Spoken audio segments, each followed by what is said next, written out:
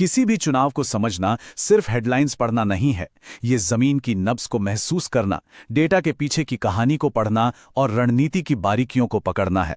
आज हम उत्तराखंड की पिरान कलियर विधानसभा सीट के जरिए एक चुनाव की पूरी संरचना का विश्लेषण करेंगे। ये पिरान कलियर है। हर निर्वाचन क्षेत्र अपने आप में एक पूरी दुनिया होता है, अपनी उम्मीदों और अपनी चुनौतियों के साथ। यहाँ की कहानी सिर्फ एक सीट जीतने या हारने की नहीं है, बल्कि यहाँ रहने वाले लोगों के भरोसे और उनकी रोजमर्रा की जिंदगी की कहानी है। किसी भी विश्लेषण की शुरुआत हमेशा जमीन से होती है। तो चलिए सबसे पहले समझते हैं कि पिरान कलियर की राजनीतिक मिट्टी क्या कहती है। वहाँ के लोगों के असली मुद्दे आखिर हैं क्या? यहाँ के मुद्दे बहुत बुनियादी हैं और बहुत गहरे भी। खराब सड़कें, पीने का पानी, बिजली की कटौती और नाकाफी सफाई ये सिर्फ असुविधा की बात नहीं है। जब बुनियादी सुविधाएं नहीं मिलती तो ये लोगों के आत्मसम्मान और जीवन स्तर पर सीधी चोट होती है। और इसके साथ ही युवाओं के लिए रोजगार की कमी और तीर्थयात्रियों के लिए सुविधाओं का अभाव विकास के वादों और जमीनी हकीकत के बीच की खाई को और गहरा कर देता है। ये हमारी राय नहीं है, ये सीधे मतदाताओं की आवाज है जिसे मीडिया ने दर्ज किया है। जब बुनियादी जरूरतें ही प्राथमिकता ना हों तो बाकी सारे वादे खोखले सुनाई देते हैं, और यही एक भरोसे का संकट पैदा करता है जो किसी भी चुनाव का रुख मोड़ सकता है। अब जमीनी हकीकत की भावनाओं से हटकर चुनाव के ठोस सबूतों पर नजर डालते हैं, यानी कि आंकड़ों पर, क्योंकि अंत में आंकड़े ही जनादेश की कहानी कहते हैं। तो 2022 में कहानी क्या थी? कांग्रेस के उम्मीदवार फुरकान अहमद ने 44.16% का एक मजबूत वोट शेयर हासिल किया। उनके सबसे करीबी प्रतिद्वंद्वी यानी भाजपा को 28.19% वोट मिले। और इन दोनों के बीच का अंतर था 15,743 वोटों का। ये कोई मामूली जीत नहीं थी, ये एक स्पष्ट और निर्णायक जनादेश था।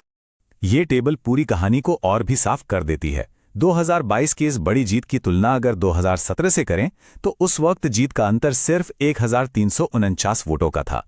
तो 5 सालों में ऐसा क्या बदला? एक नज़र डालने पर पता चलता है कि भाजपा का वोट शेयर लगभग स्थिर रहा, लेकिन कांग्रेस के वोट शेयर में एक जबरदस्त उछाल आया। सवाल यह है, ये उछाल क्यों और कैसे आया? इन आंकड़ों के पीछे की कहानी को समझने के लिए हमें पिरान कलियर के सामाजिक समीकरणों और राजनीतिक धाराओं को समझना होगा। यहीं पर एक चुनाव का असली विश्लेषण छिपा होता है। पिरान कलियर का चुनावी गणित 2 प्रमुख समुदायों पर बहुत हद तक निर्भर करता है। मुस्लिम, जो लगभग 25% हैं, और दलित, जो लगभग 15% हैं। ये दोनों समुदाय मिलकर एक शक्तिशाली वोटिंग ब्लॉक बनाते हैं जो किसी भी चुनाव का नतीजा तय कर सकता है। और यहीं पर 2017 और 2022 के बीच का फर्क साफ दिखता है। 2017 में गैर भाजपा वोट बसपा और निर्दलीय उम्मीदवारों के बीच बंट गए थे। इस बिखराव ने मुकाबले को बहुत करीबी बना दिया। लेकिन 2022 में कांग्रेस ने अपने कोर वोट बैंक को सफलतापूर्वक एकजुट किया, जिससे वोटों का बिखराव रुका। ये वोट कंसोलिडेशन की ताकत का एक क्लासिक उदाहरण है। और ये हमें हमारे संवैधानिक मूल्यों की याद दिलाता है। सार्वजनिक सेवा का मूल उद्देश्य हर व्यक्ति की गरिमा को बनाए रखना है, चाहे वो कोई भी हो।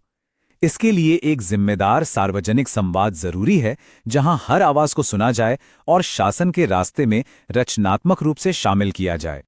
किसी भी राजनीतिक अभियान को गहराई से समझने के लिए हम उसे 4 प्रमुख पहलुओं से देख सकते हैं। एक ढांचा, जिसे चतुर्मुख सिद्धांत कहते हैं। आइए इस नजरिए से अभियान की ताकत और कमजोरियों का विश्लेषण करें। पहला स्तंभ है चुनावी चेहरा, यानी उम्मीदवार का प्रमुख मतदाता वर्गों के साथ कितना गहरा जुड़ाव है।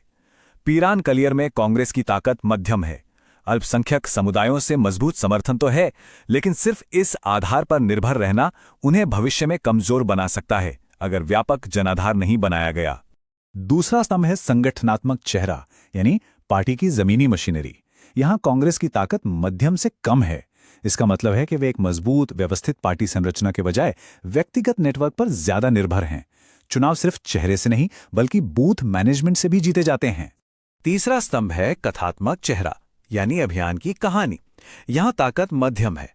उनके पास स्थानीय विकास और सद्भाव की कहानी तो है, लेकिन आज के दौर में शक्तिशाली राष्ट्रीय संदेशों का मुकाबला करने के लिए एक ज्यादा तेज और असरदार नैरेटिव की जरूरत होती है।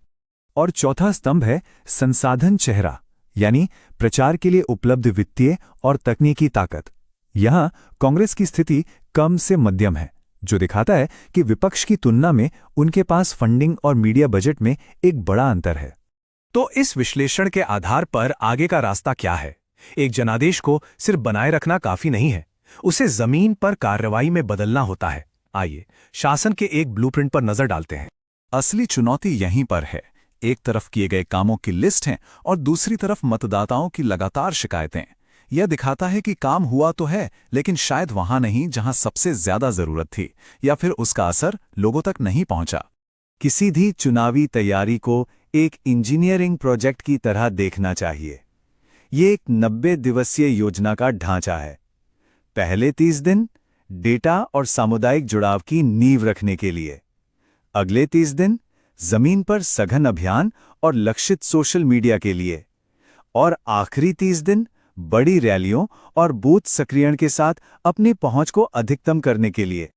और आज के दौर में जमीनी काम डिजिटल रणनीति के बिना अधूरा है। इसका मतलब है व्हाट्सएप ग्रुप्स के जरिए सीधे समुदाय से जुड़ना, इंस्टाग्राम रील्स के जरिए किए गए कामों का विजुअल सबूत देना, और सबसे जरूरी गलत सूचना का मुकाबला करने के लिए एक तेज तर्रार टीम का होना। जब हम अभियानों में डेटा का इस्तेमाल करते हैं तो हमें भारत के डीपीडीपी कानून के सिद्धांतों को याद रखना चाहिए। एक वोटर का डेटा उनकी आवाज का ही एक रूप है।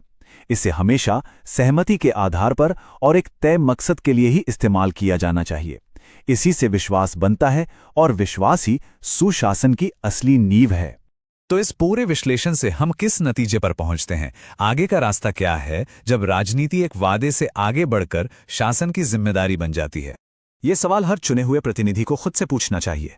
जब वोटों की गिनती खत्म हो जाती है तो क्या शासन सच में शुरू होता है, या ये बस अगले चुनाव की तैयारी की शुरुआत होती है?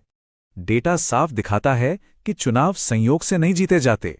वे जमीन को समझने, लोगों की शिकायतों को सुनने और उनके साथ विश्वास का एक पुल बनाने का नतीजा होते हैं। असली जीत वोटों का अंतर नहीं है, असली जीत सेवा करने का जनादेश है। If you want to become a people-centric leader and uplift your constituency, get in touch with blueprintstrategies.ai at mgr@blueprintstrategies.ai or call 080-4204-1602.